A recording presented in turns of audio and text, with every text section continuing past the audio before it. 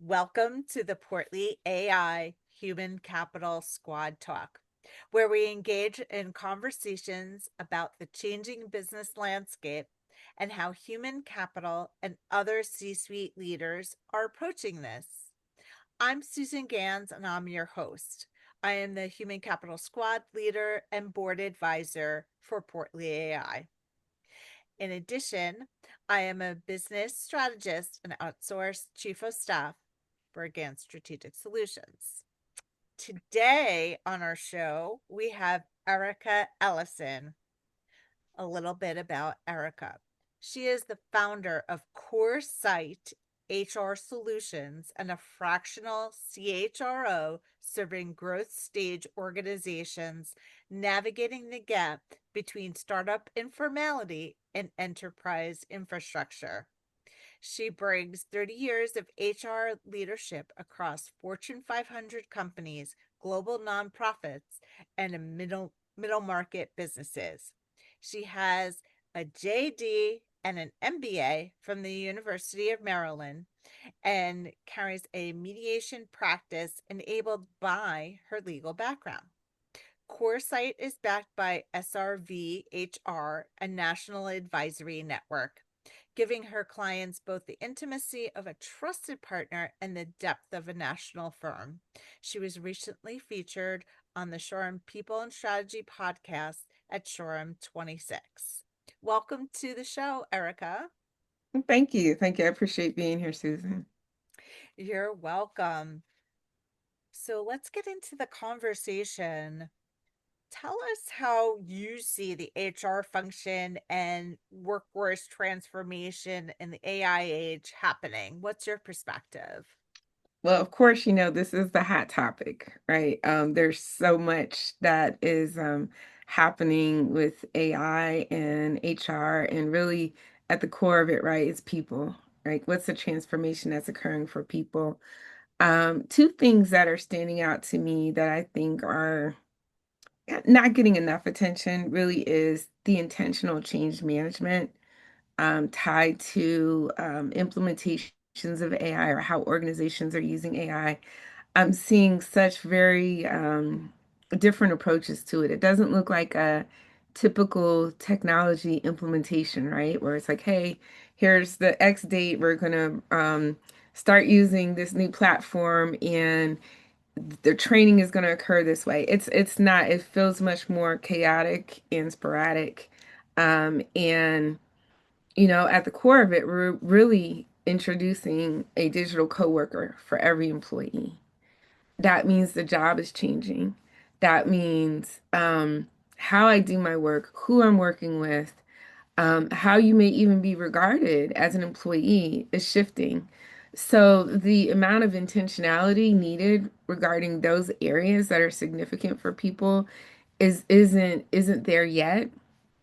I do think it's evolving, from the first time I think some of us really understood what AI was about to do to today. I think we've all shifted a bit, but there's still more to do regarding that intentionality. I think the other piece of it is how people are being engaged in that work. So, really involving them as agents in the change versus people who change is occurring to.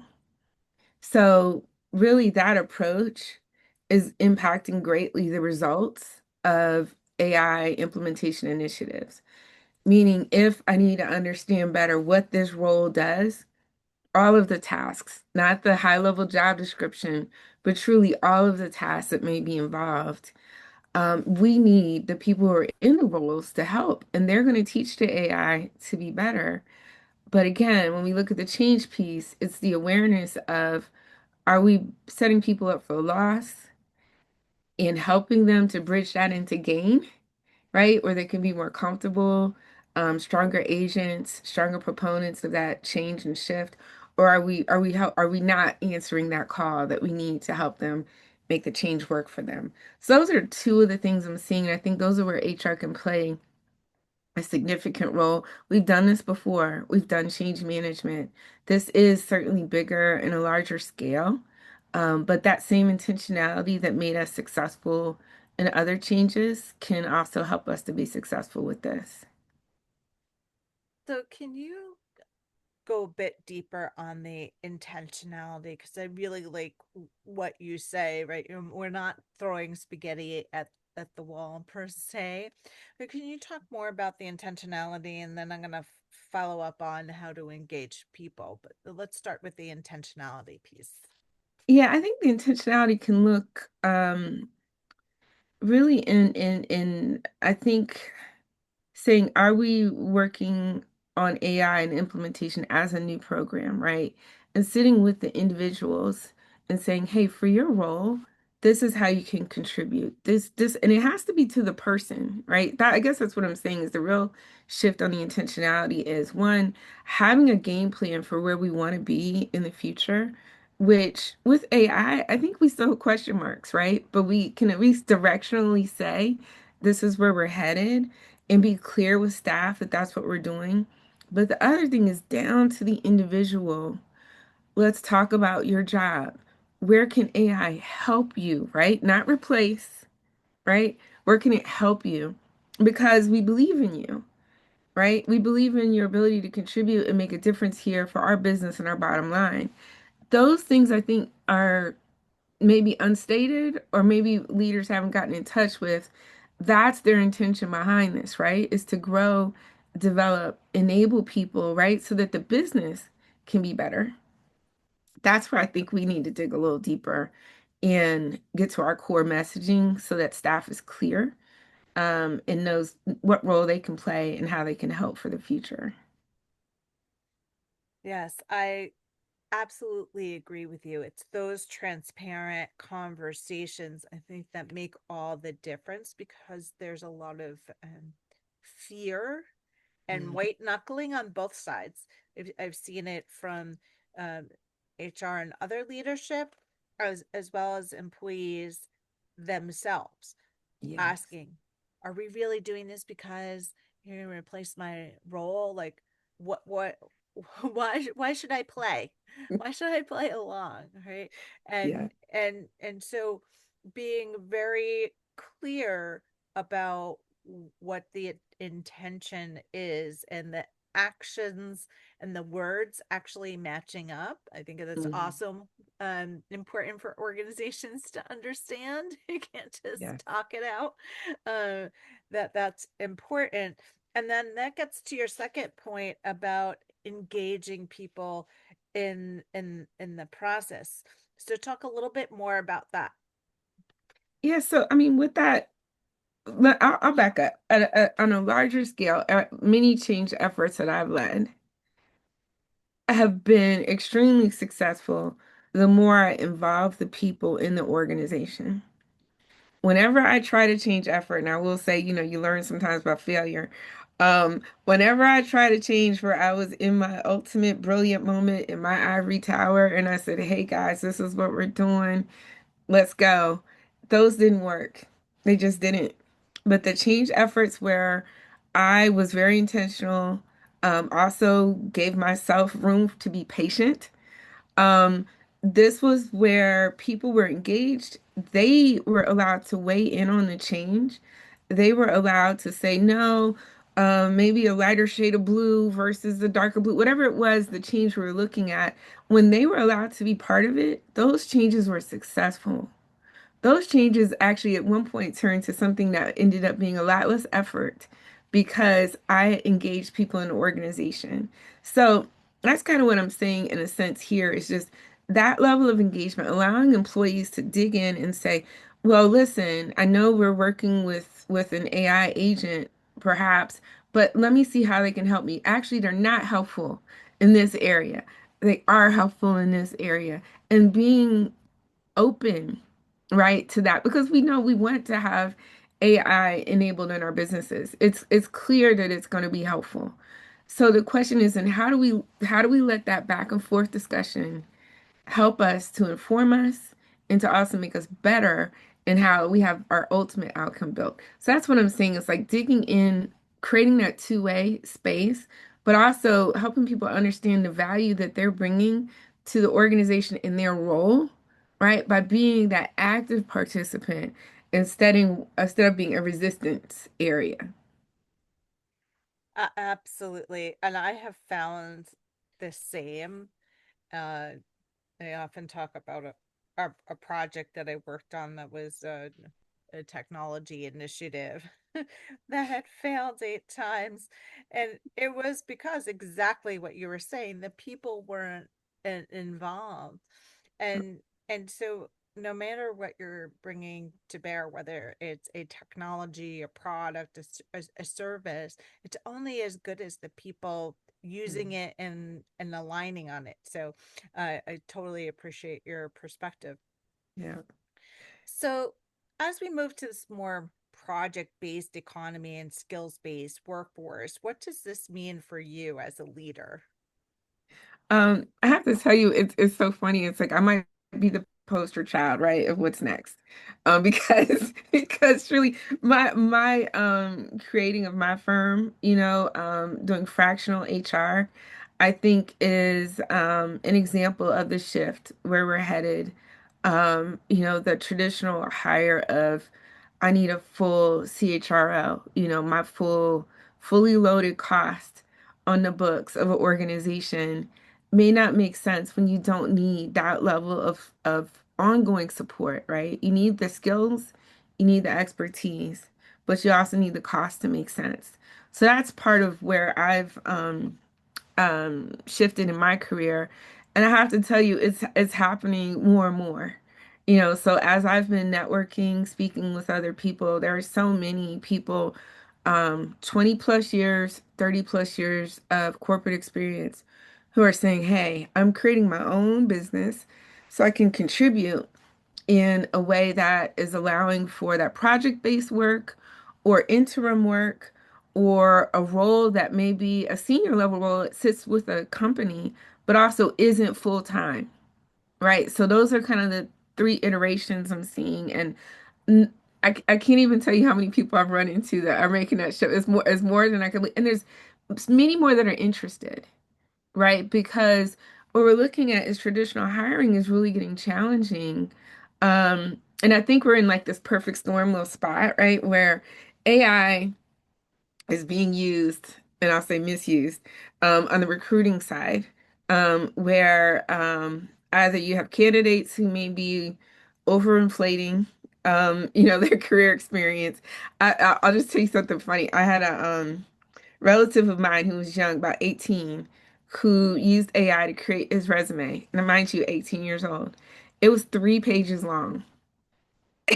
And I was like, wait, how do you have a 3 page long resume Oh and you're my 18? goodness. I said, what is going? So it was surprising to see, but that's kind of what is, floating into these systems, right? And then you've got the other side of you got systems that are just, cherry picking words, and, Yes. allowing candidates to maybe flow through and burn resources in companies, right? So, to that point is that from a career standpoint, what's going on is a bit cloudy. So there's people who are making their own paths and saying, hey, in the midst of this, let me tell you how I can contribute to your business and becoming much more of a skills focused, project based deliverer of work, and that's what I see happening quite a bit.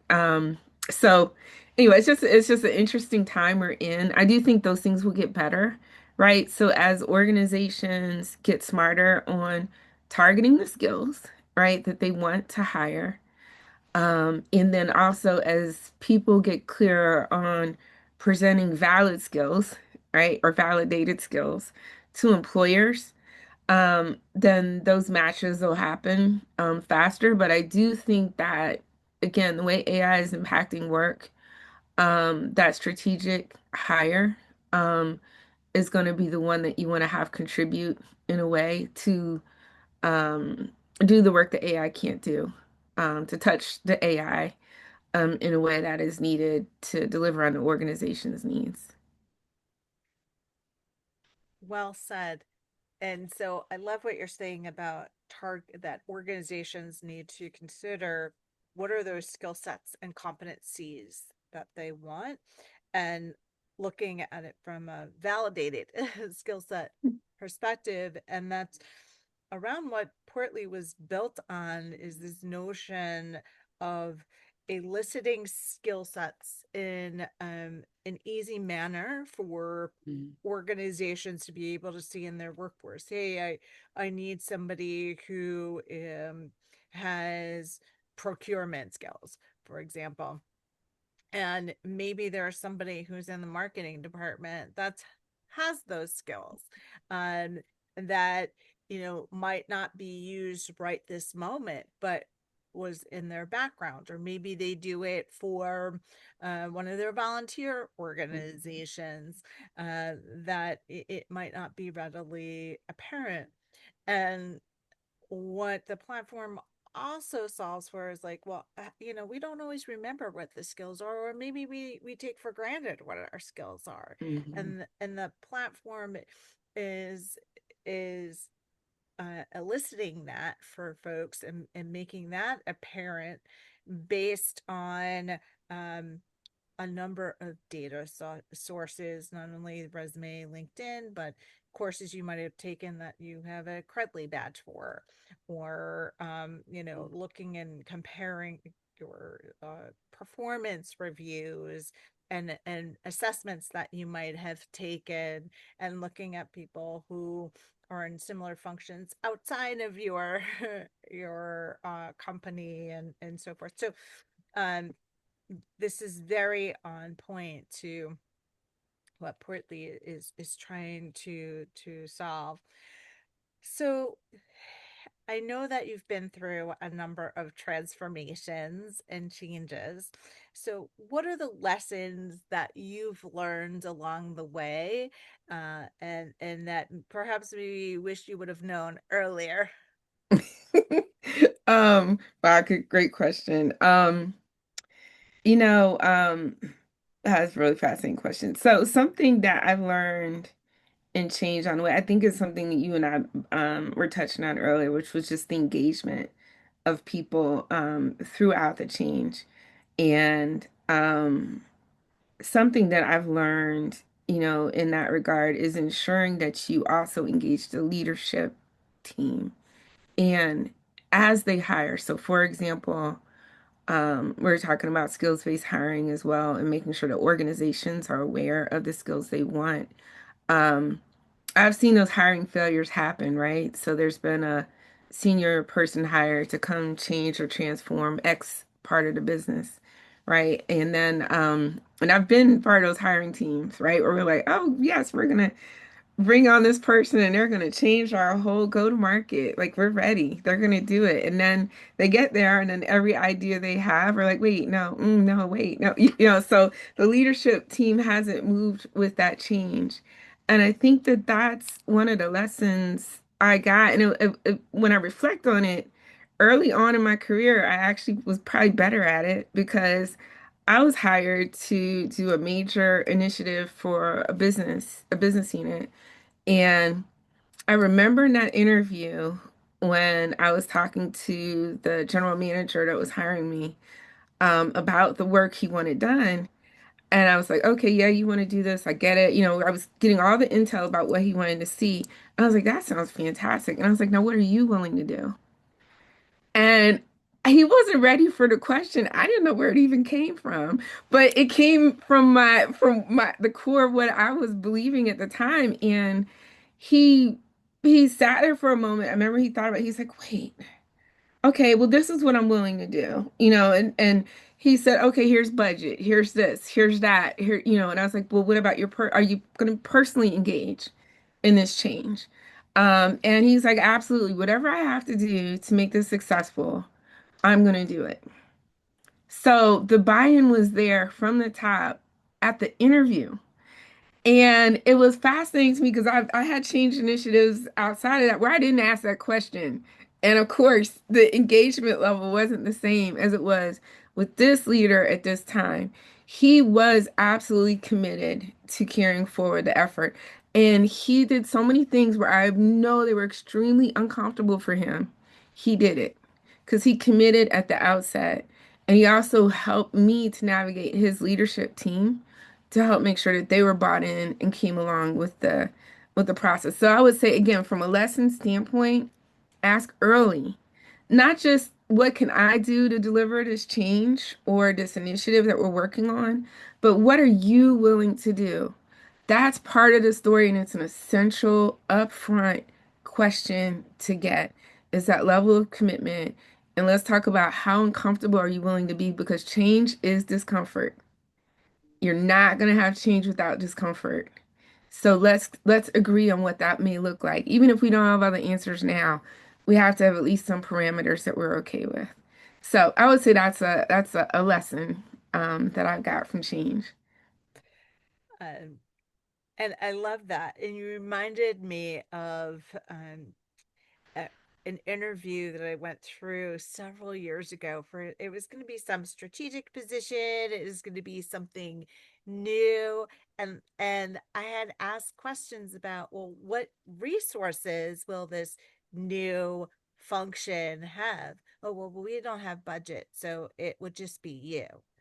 And in my head, I said, no, thank you.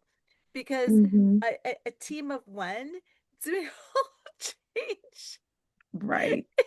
is not a team. And it just seemed like I would not have been set up for success. So it was very astute of you to ask, like, hey, what are you going to do? And how are you going to support? And I love the fact that he said, okay, whatever I need to do, and budget and getting uncomfortable. And I always talk about, getting comfortable with being uncomfortable because that's where the magic growth happens. So I'm So true. totally with you on that.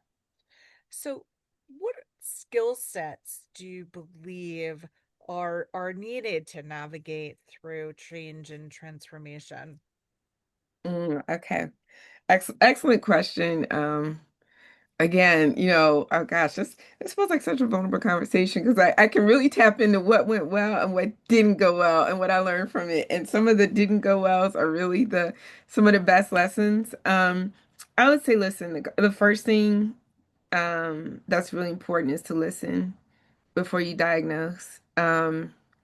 I struggle with that sometimes too, even be, with the law background too. I'm like, well, I know the law. This is what it's going to be. Like that's not always how you need to go about it. You need to slow down and really listen. So I think listen before offering a diagnosis. Um, Hold back on the problem solving piece. Um, as well. I think that's critical. That's important. Don't offer direction too early, as well, because you can shut down other great solutions along the way. Um, a second skill is the anticipation.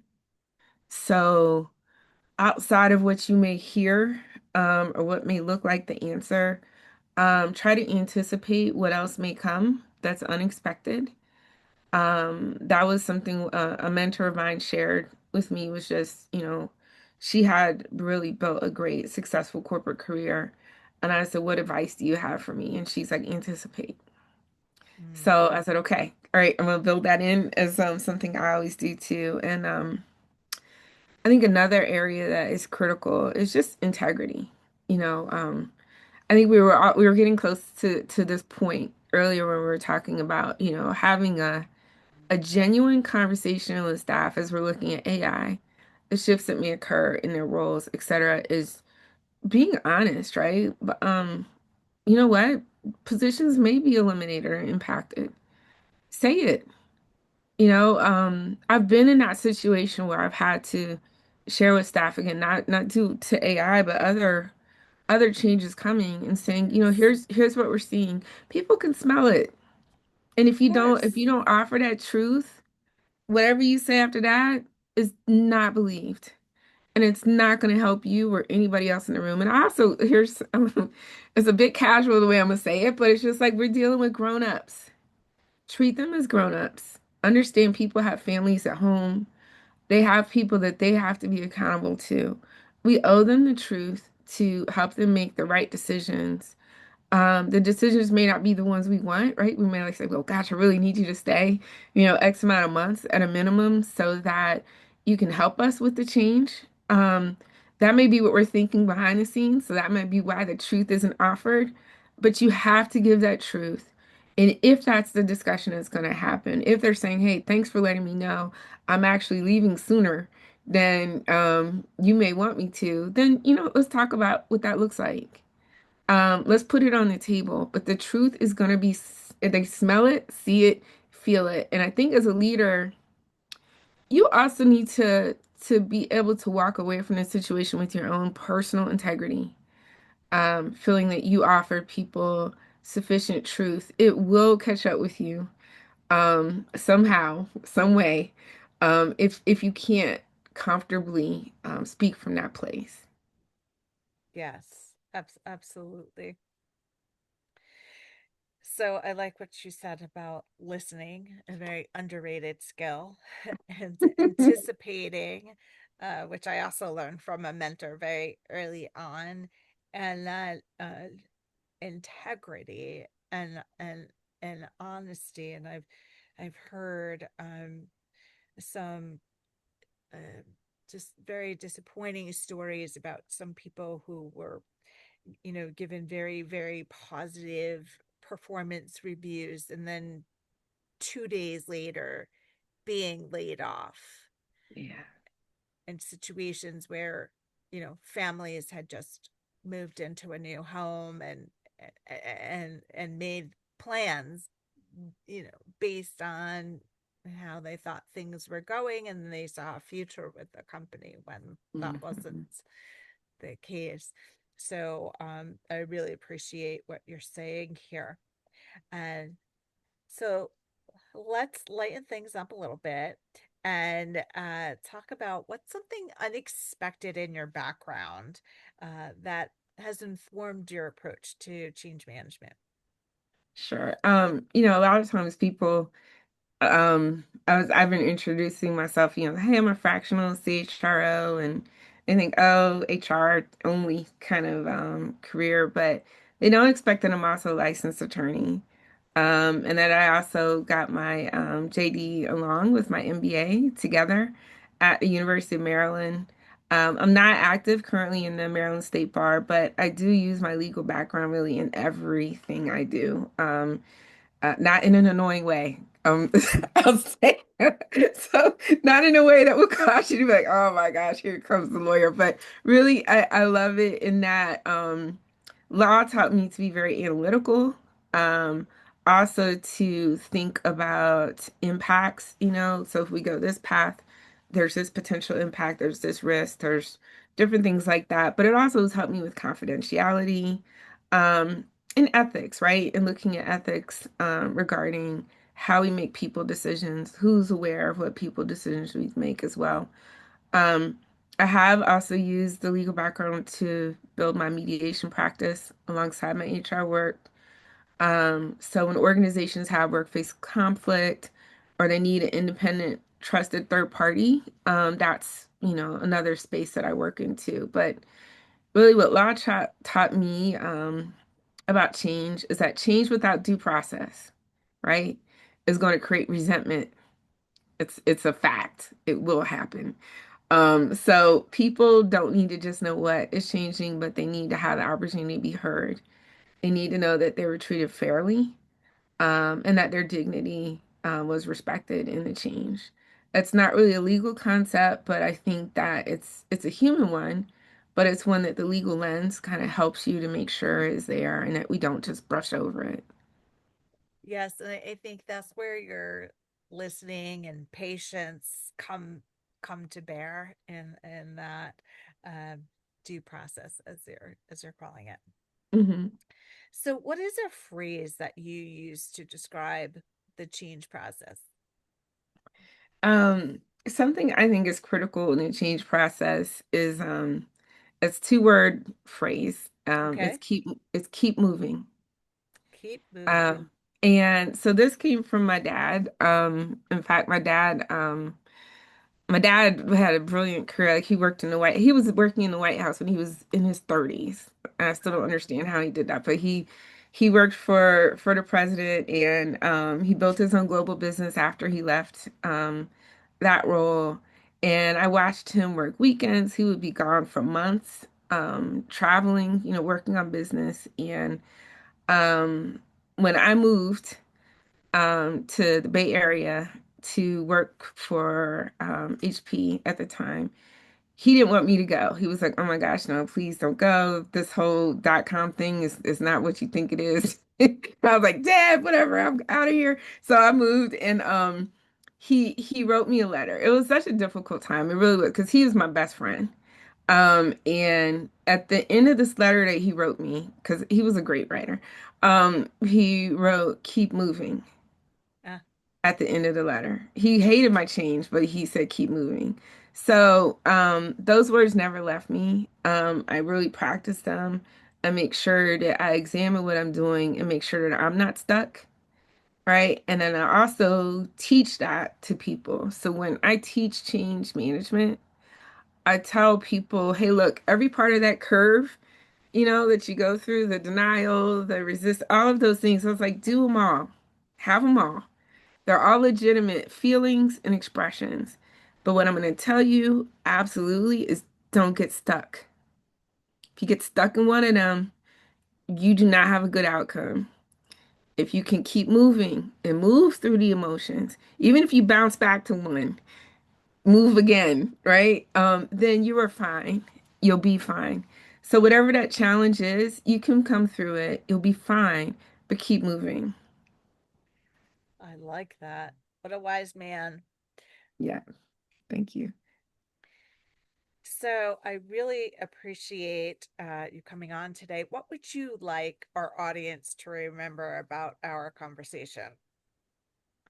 I think, something, it's a good question too, because I was, when we were talking about it, I was like, what would I want people to remember? I think what's important is a couple of things. One, keep your integrity as you carry on your work.